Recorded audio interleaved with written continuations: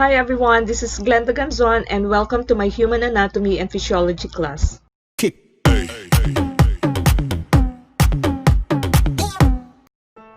And for today's lesson, I'm going to introduce to you the different anatomical terminologies, different anatomical positions, regional terms, directional terms, body planes, and abdominal regions and quadrants.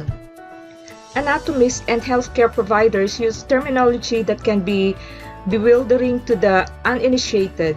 However, the purpose of this language is not to confuse, but rather to increase precision and reduce medical errors. For example, if I say a scar above the wrist, is it located on the forearm 2 or 3 inches away from the hand, or is it at the base of the hand, or is it on the palm side of or back side? By using precise anatomical terminology, we eliminate ambiguity. Anatomical terms derive from ancient Greek and Latin words because these languages are no longer used in everyday conversation. The meaning of their words does not change. Anatomical terms are made up of roots, prefixes, and suffixes. The root of a term often refers to an organ, tissue, or condition, whereas the prefix or suffix often describes the root. For example, in the disorder called hypertension, or in our common language, we call it as high blood pressure. The prefix hyper means high or over, and the root word, which is tension, refers to pressure. So the word hypertension refers to abnormally high blood pressure. Now let's move on to anatomical position. To further increase precision, anatomists standardize the way in which they view the body. Just as maps are normally oriented with north at the top, the standard body map or anatomical position is that of the body standing upright, or in Tagalog, nakatayo, with the feet at shoulder width and parallel toes forward. The upper limbs are held out to each side and the palms of the hands face forward, just like what is being showed in this picture. So using the standard position reduces confusion. It does not matter how the body being described is oriented. The terms are used as if it is anatomical position. For example, a scar in the anterior means front, carpal means wrist region, would be present on the palm side of the wrist. The term anterior would be used even if the hand were palm down on the table. A body that is lying down is described as either prone or supine. Pag nakahiga po, may dalawang tawag doon, prone or supine. Prone describes a face-down orientation, or ang tinatawag po natin na nakadapa. And supine describes a face-up orientation, or in Tagalog, we call it nakatihaya. Nakataas po yung mukha. These terms are sometimes used in describing the position of the body during specific physical examination or surgical procedures. Let me introduce you the different regional terms. The human body's numerous regions have specific terms to help you increase precision. Take note that the term brachium or arm is reserved for the upper arm, and antebrachium or forearm is used rather than lower arm. Similarly, femur or thigh is correct, and leg or crus is reserved for the portion of the lower limb between the knee and the ankle. You will be able to describe the body's region using the terms from the picture in this video. This time, let me introduce you to the different directional terms. Certain directional anatomical terms appear throughout this video or in your module. These terms are essential for describing the relative locations of different body structures. For instance, an anatomist might describe one band of tissue as inferior to another, or a physician or a doctor might describe a tumor as superficial to a deeper body structure. So, meaning inferior in Tagalog, sa baba, and superior is taas.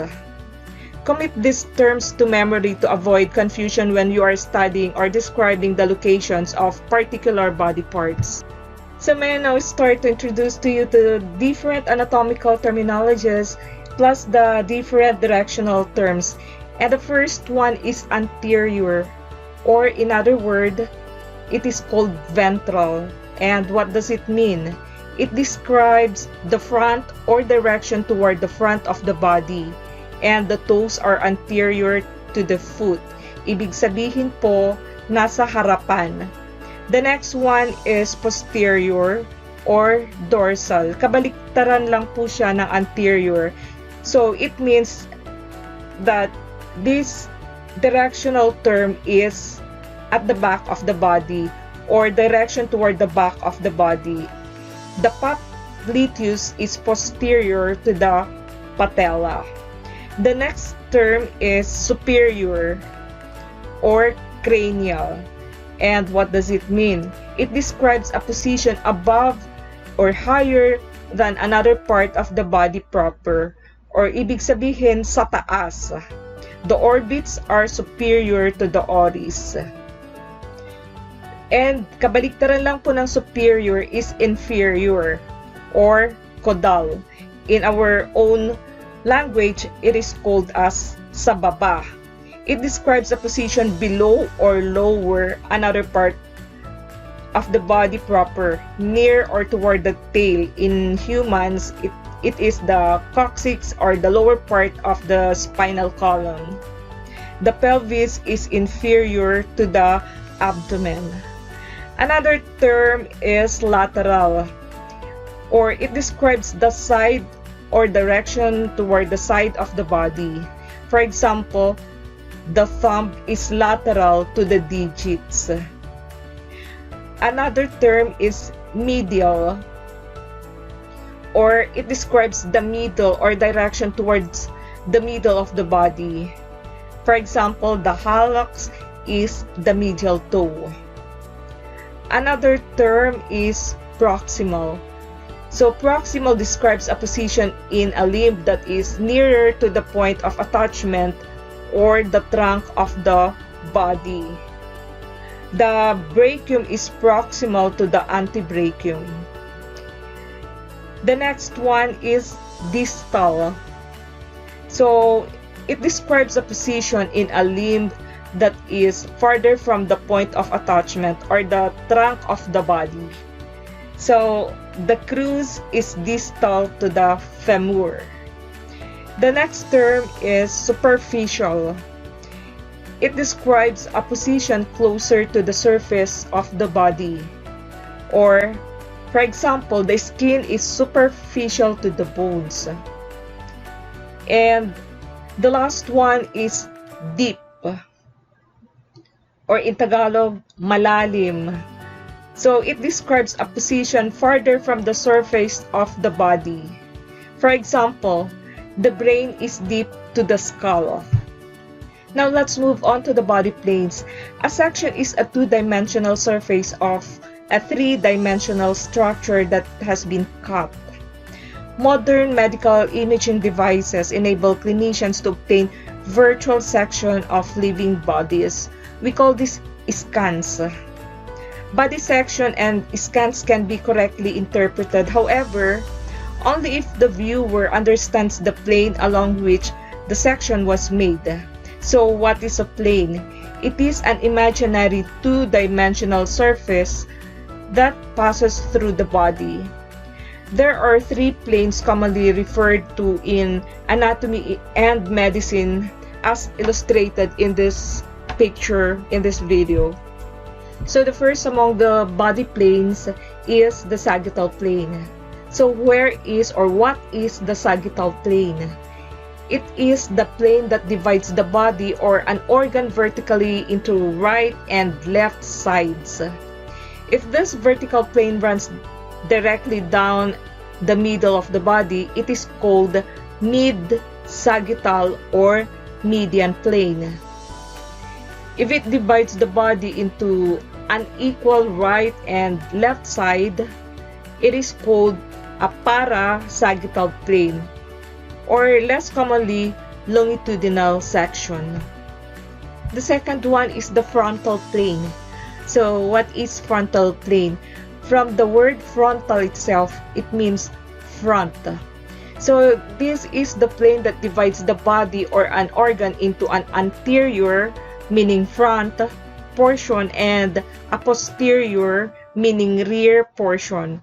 The frontal plane is often referred to as coronal plane. Corona means in Latin as crown. And the third body plane is the transverse plane. So what is transverse plane? It is the plane that divides the body or organ horizontally into upper and lower portion. Transverse planes produce images referred to as cross-section.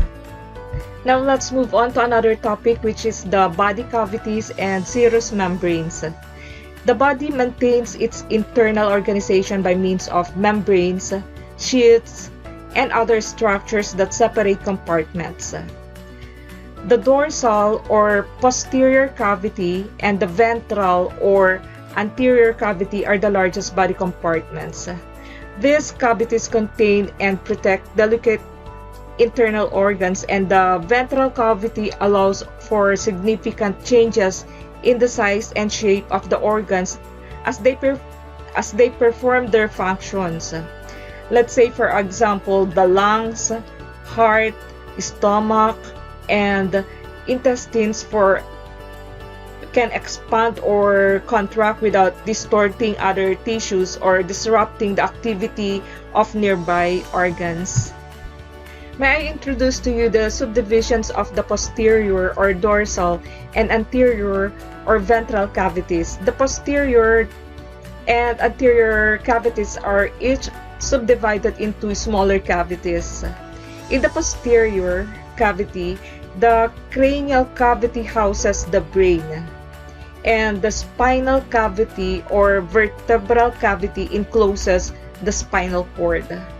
Just as the brain and spinal cord make up a continuous, uninterrupted structure, the cranial and spinal cavities that house them are also continuous.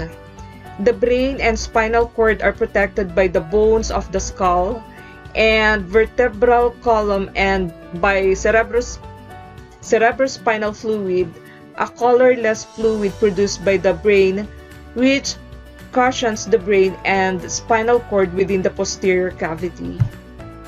On the other hand, the anterior or ventral cavity has two main subdivisions. One is the thoracic cavity and the other one is the abdominopelvic cavity. The thoracic cavity is the more superior subdivision of the anterior cavity, and it is enclosed by the rib cage. The thoracic cavity contains the lungs and the heart, which is located in the mediastinum. The diaphragm forms the floor of the thoracic cavity and separates it from the more inferior abdominopelvic cavity. The abdominopelvic cavity is the largest cavity in the body, although no membrane physically divides the abdominopelvic cavity. It can be useful to distinguish between the abdominal cavity, the subdivision that houses the digestive organs, and the pelvic cavity, the division that houses the organs of reproduction. Okay, let's move on to another topic, which is abdominal regions and quadrants. To promote clear communication, for instance, about the location of a patient's abdominal pain or a suspicious mass, healthcare providers typically divide up the cavity into either 9 regions or 4 quadrants. The more detailed regional approach subdivides the cavity with one horizontal line immediately inferior to the ribs and one immediately superior to the pelvis, and the two vertical lines drawn as if dropped from the midpoint of each clavicle, or what we call as the collarbone. There are 9 resulting regions. The simpler quadrants approach, which is more commonly used in medicine, subdivides the cavity with one horizontal and one vertical line that intersect at the patient's umbilicus, or we call it as navel. May I introduce you the 9 abdominopelvic regions? Let's start from the right side. Right hypochondriac region. The next is the right lumbar region and the right iliac region. And in the middle, we start from the upper part, which is the epigastric region, umbilical region, and the hypogastric region. And in the left side, we have the left hypochondriac region, the left lumbar region, and the left iliac region. We also have 4 abdominopelvic quadrants, the right upper quadrant, and the left upper quadrant, and right lower quadrant, and left lower quadrant. And the last topic for this lecture is the membranes of anterior or ventral cavity. Azero's membrane, which is also referred to as serosa, is one of the thin membranes that cover the walls and organs in the thoracic and abdominopelvic cavities. The parietal layers of the membranes line the walls of the body cavity, which refers to a cavity wall. The visceral layer of the membrane covers the organs, which is also called as the viscera, which is between the parietal and visceral layers is a very thin fluid-filled serous space or cavity. There are 3 serous cavities and their associated membranes. The first one is pleura. Pleura is the serous membrane that encloses the pleural cavity. The pleural cavity surrounds the lungs. The second one is the pericardium. It is the serous membrane that encloses the pericardial cavity, which is the cavity that surrounds the heart. And the third one is the peritoneum.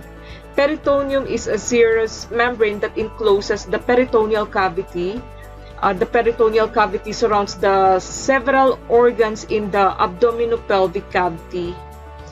The serous membrane or membranes form fluid-filled sacs or cavities that are meant to cushion and reduce friction on the internal organs when they move, such as when the lungs inflate or the heart beats.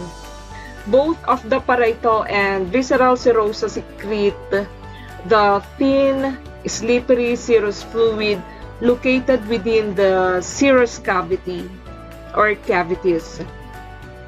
The pleural cavity reduces friction between the lungs and the body wall. Likewise, the pericardial cavity reduces friction between the heart and the wall of the pericardium. The peritoneal cavity reduces friction between the abdominal and pelvic organs and the body wall. Therefore, serous membranes provide additional protection to the viscera they enclose by reducing friction that could lead to inflammation of the organs. So this is it, our lesson for today. The different anatomical terminologies, anatomical positions, regional terms, directional terms, body planes, abdominal regions, and abdominal quadrants. And if you have any question, please don't forget to write it in the comment section down below. And thank you so much for watching. Until my next video. Bye.